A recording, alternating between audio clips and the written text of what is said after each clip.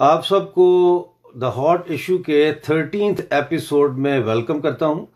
आज हम सबसे पहले थोड़ी सी बात करेंगे पाकिस्तान के हवाले से, उसके बाद हम चलेंगे गिलगित बल्तिस्तान। और पाकिस्तान के हवाले से आपको ये बताता चलूं कि इस वक्त पाकिस्तान का जो अनएम्प्लॉयमेंट रेट है वो 8.53% है, हो चुका है 8.53%। ये अनएम्प्लॉयमेंट रेट जो है ये बढ़ गया है। जब नवाज शरीफ की गवर्नमेंट को हटाया गया था उस वक्त जो अनएम्प्लॉयमेंट रेट था वो 5.8% था, तो ये बढ़ गया है। और इसके अलावा जब से ये गवर्नमेंट आई है तहरीक इंसाफ की, इमरान खान की, जिसने ये वादा किया था कि पता नहीं वो 1 करोड़ जॉब्स देंगे, तो इनके आने के बाद से लेकर अब तक टोटल 10 लाख से ज़्यादा लोग जो है वो जॉबलेस हो चुके हैं, यानी अनएम्प्लॉयड हो चुके हैं।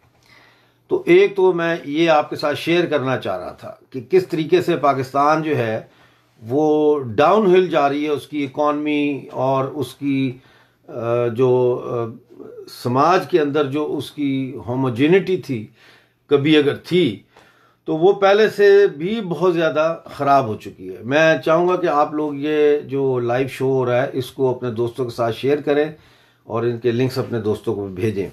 दूसरी चीज़ जो मैं आपसे डिस्कस करना चाह रहा था पाकिस्तान ही के हवाले से, उसका ताल्लुक है बलूचिस्तान से। बलूचिस्तान में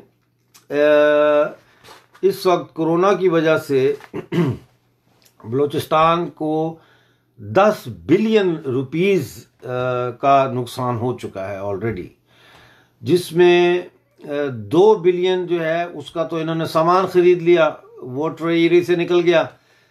उसके अलावा इन्होंने टैक्स रिलीफ दिया 4 बिलियन का, तो वो 4 बिलियन भी निकल गया। इस तरह से ये होगा 6 बिलियन। और जो टैक्स कलेक्शन थी उसमें भी 4 बिलियन रुपीस जो है वो इनसे कलेक्ट नहीं हुआ। तो इस तरह से ये 10 बिलियन रुपीस जो है वो बलूचिस्तान को नुकसान हुआ है अब तक कोरोना का। तो इससे वो बलूचिस्तान गवर्नमेंट कैसे निकलेगी, बजट आने वाला है चंद दिनों में पाकिस्तान का, तो उसमें जो है वो देखेंगे कि बलूचिस्तान को क्या देते हैं। ये वैसे ही ये चाह रहे हैं कि जो नेशनल फाइनेंस कमीशन था, जो कि बेसिकली ये डिसाइड करता है कि कौन कौन से टैक्सेस सेंटर ने कलेक्ट करने हैं और कौन कौन से टैक्सेस जो है प्रोविंसेस ने कलेक्ट करने हैं, उसको वो 18th अमेंडमेंट जो थी, जो पीपल्स पार्टी की जो लास्ट गवर्नमेंट थी उसमें पास हुआ था ये 18th अमेंडमेंट, और उसमें प्रोविंसेस को ज़्यादा शेयर दिया गया था टैक्स कलेक्शन में। तो अब मिलिट्री का प्रेशर ये है कि वो टैक्स कलेक्शन जो है उसको सेंट्रलाइज किया जाए, क्योंकि हमारे फौजी भाई जो हैं पाकिस्तानी, उनको तनख्वाहों में इजाफा चाहिए और वो तो इस पे कोई कॉम्प्रोमाइज़ नहीं करना चाहते। दूसरा ये है कि पाकिस्तान में कोरोना के जो केसेस हैं वो परसों 4,406 केसेस का उसमें इजाफा हुआ, यानी कि नए केसेस 4,406 आए। इस तरह से जो टोटल केसेस है इस वक्त पाकिस्तान में 91,171 रिकॉर्ड हो चुके हैं, जबकि डेथ जो है वो 1,898 हो चुकी है।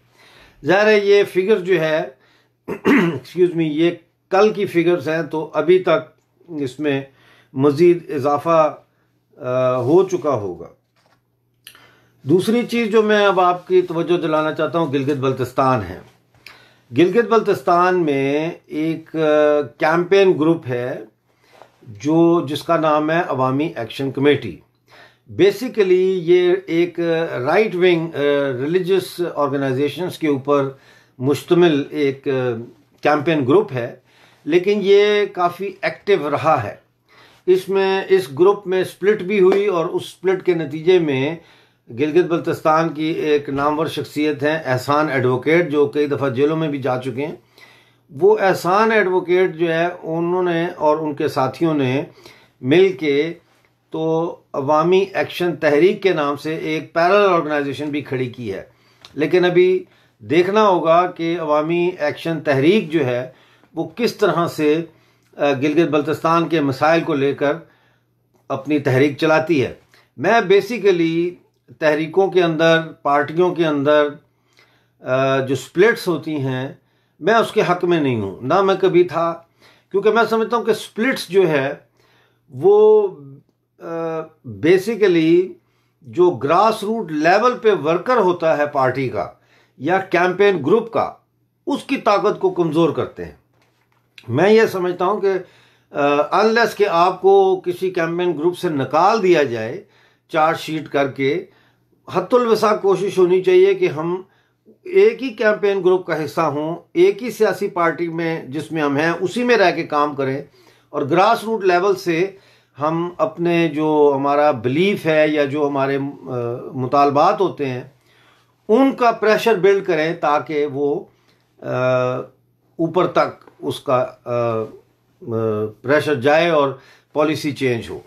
देखें, मोहम्मद अली जिन्ना ने भी स्प्लिट की, एक किस्म की स्प्लिट ही थी। वो मुस्लिम लीग अपना कांग्रेस से निकल कर वो मुस्लिम लीग में चले गए और फिर उन्होंने वहाँ पे एक पैरेलल पॉलिटिक्स की। उसका नतीजा हमने देखा है कि उसका नतीजा जो है वो ये है कि भारत के शरीर को काटा गया और 2 देश और अब 3 देश उसमें से निकल आए। तो खुशी की बात यह जो आपसे शेयर करना चाहता हूँ ये है कि अवामी एक्शन कमेटी जो है, जो मैंने पहले बताया था कि एक right wing religious dominated religious leadership है उसमें ज़्यादा, वो उसने गिलगित में कल बेनज़ीर चौक में एक मुजाहरा किया, एक प्रोटेस्ट किया और उन्होंने डिमांड की है कि जो अलॉटमेंट्स हुई हैं खालसा सरकार को वो सारी कैंसिल की जाएं और जो इलीगल लैंड ग्रैब हो रही है इसको फौरी तौर पर रोका जाए। जो लैंड रिफॉर्म बिल जो उसको बाद में वो एक्ट बनाना चाहते हैं उसको ख़त्म किया जाए, उसकी कोई ज़रूरत नहीं है गिलगित बल्तिस्तान में। और इसके साथ उन्होंने मुतालबा किया है कि द्यामिर भाषा डैम अगर बनता है तो उसकी 100% रॉयल्टी जो है वो गिलगित बल्तिस्तान को मिलनी चाहिए। पर्सनली मैं इस द्यामिर भाषा डैम की जो कंस्ट्रक्शन है इसके ख़िलाफ़ हूँ। मैं समझता हूँ कैंपेन जो है वो ये नहीं होनी चाहिए कि द्यामिर भाषा डैम की रॉयल्टी गिलगित बल्तिस्तान को मिले। कैंपेन ये होनी चाहिए कि द्यामिर भाषा डैम का प्रोजेक्ट जो है इसको शेल्फ कर दिया जाए, इसको ख़त्म कर दिया जाए। द्यामिर भाषा डैम बनाने की कतन कोई ज़रूरत नहीं है और वैसे भी ये गिलगित बल्तिस्तान के लिए नहीं बन रहा, ये पंजाब के कारखानों को चलाने के लिए जो बिजली चाहिए उसके लिए बन रहा है। और ये गिलगित बल्तिस्तान के लोगों इस गलतफहमी का शिकार ना रहें कि अवामी एक्शन कमेटी या कोई भी ऐसी तहरीक गिलगित बल्तिस्तान में चल सकती है जो गिलगित बल्तिस्तान को द्यामिर भाषा डैम की 100% रॉयल्टी दिला सकती है। एक ग़ुलाम देश को जो कॉलोनियल पावर होती है वो कभी भी मॉनेटरी बेनिफिट्स जो है वो उनके कहने पर नहीं देती।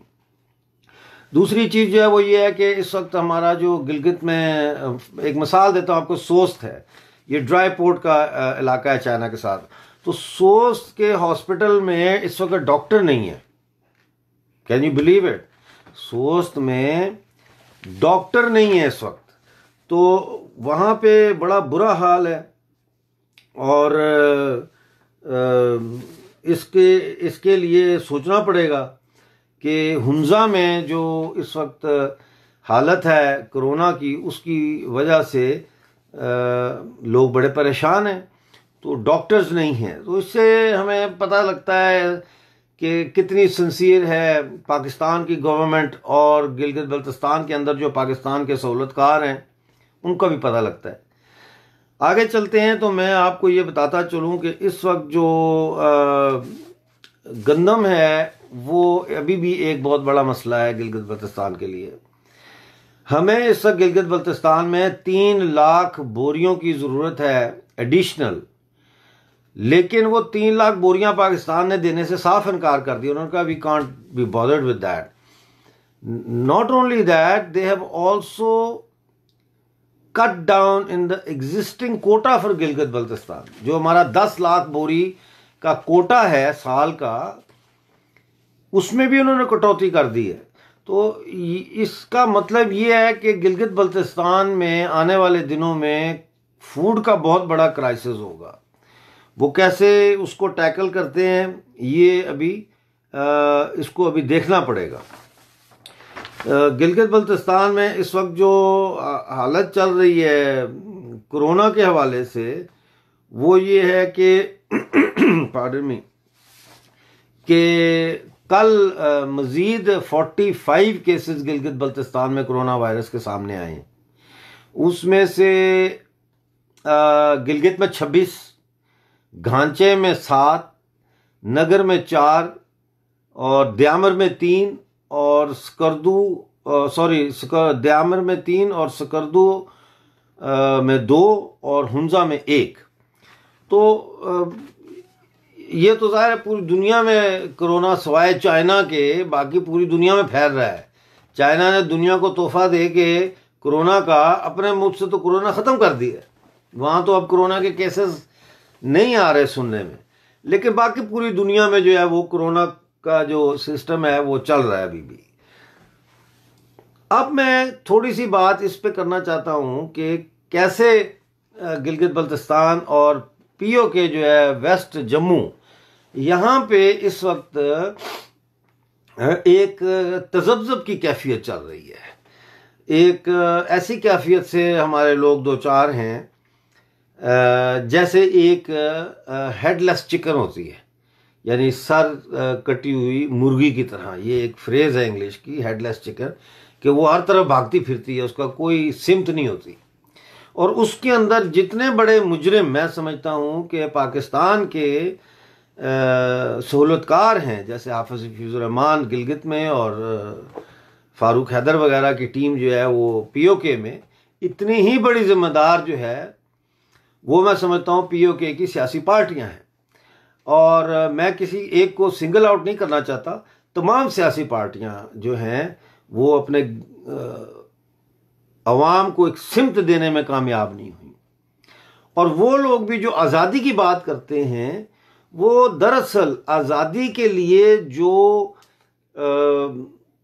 तरीका होता है उसके ऊपर वो अमल नहीं कर रहे, बल्कि वो एक सो कॉल्ड डेमोक्रेटिक मीन्स से जो है वो अप्रेसर को अपील करके आज़ादी की बात कर रहे हैं, और वो भी बड़े महदूद पैमाने पर। उसका कोई असर नहीं है कहीं। हमने देखा कि पिछले साल 22 अक्टूबर पे जब मुजाहरा हुआ मुजफ्फराबाद में, तो किस तरह से वहाँ लाठीचार्ज हुआ, लीडरों को, कारकुनों को मारा गया। लेकिन उस पीपल्स नेशनल अलायंस जो बनी हुई है, 26 और पॉलिटिकल ऑर्गेनाइजेशंस और इंडिविजुअल्स का जो एक अलायंस है, उसके पास कोई प्लान बी नहीं था, बल्कि उसके लीडर्स भी जो है वो भाग के तो प्रेस क्लब में घुस गए और वहाँ जाकर उन्होंने पनाह ली। तो ऐसे में सवाए इसके कि जो अवाम होती है उसके अंदर मायूसी फैलती है, उसके अंदर जो लीडरशिप के ऊपर जो एतमाद होता है वो डगमगाना शुरू कर देता है और उसका कोई नतीजा नहीं निकलता।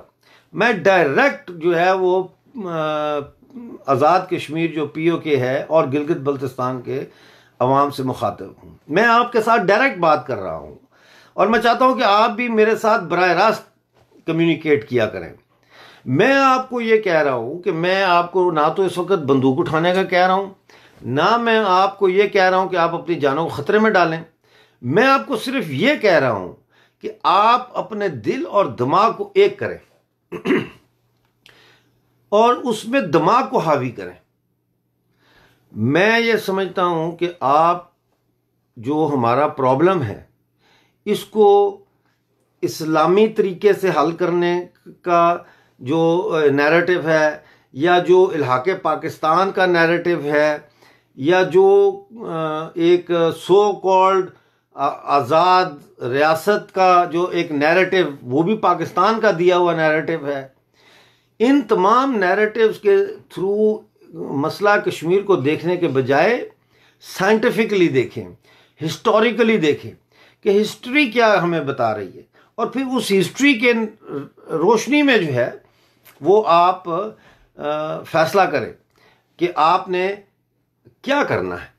इसलिए कि देखें, मेरी बात सुने, ये जो ड्रामा है ना कि हाय कश्मीर में मर गए लोग, मार दिया, ये सब पाकिस्तान का प्रोपेगेंडा है, ये पाकिस्तानी प्रोपेगेंडा है। देखें, अगर एक चूंटी मरती है, एक मिसाल दे रहा हूं मैं, कश्मीरियों को चूंटी से कंपेयर नहीं कर रहा, लेकिन मैं एक मिसाल देता हूं कि चूंटी कितनी छोटी होती है।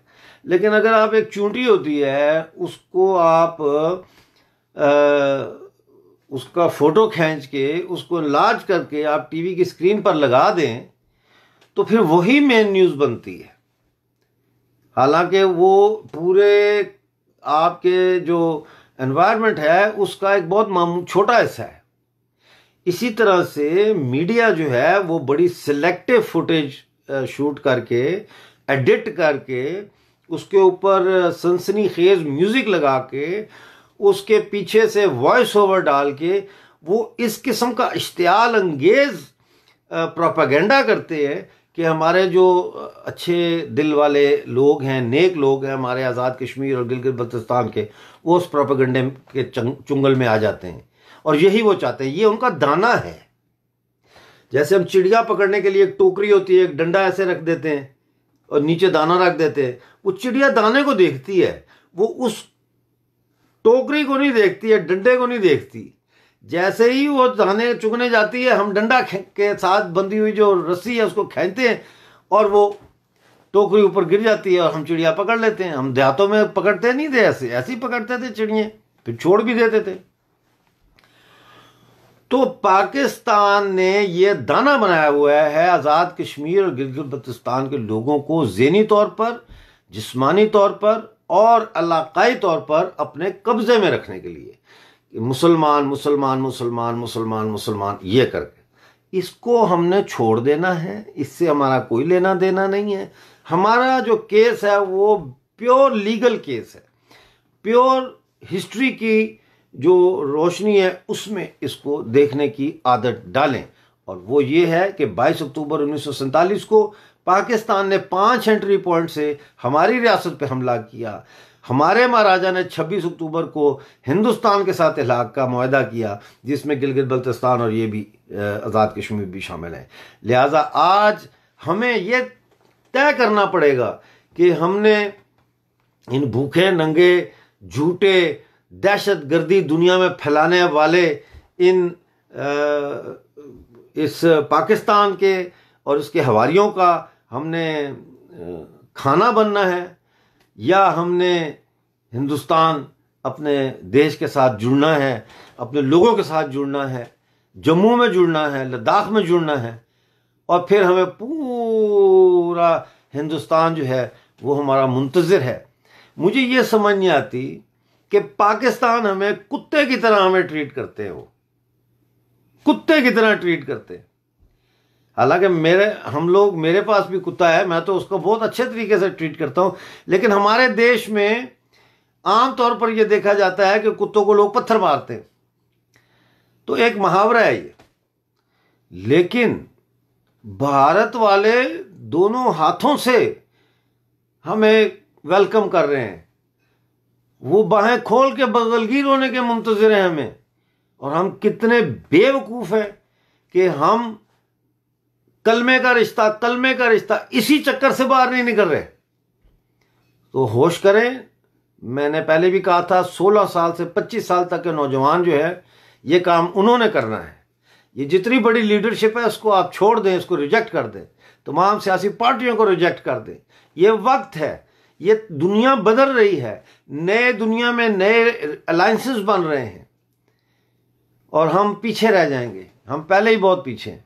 बहरहाल आज के लिए इतना ही काफ़ी है और कल आपसे फिर मुलाकात होगी। अपना बहुत सारा ख्याल रखिए।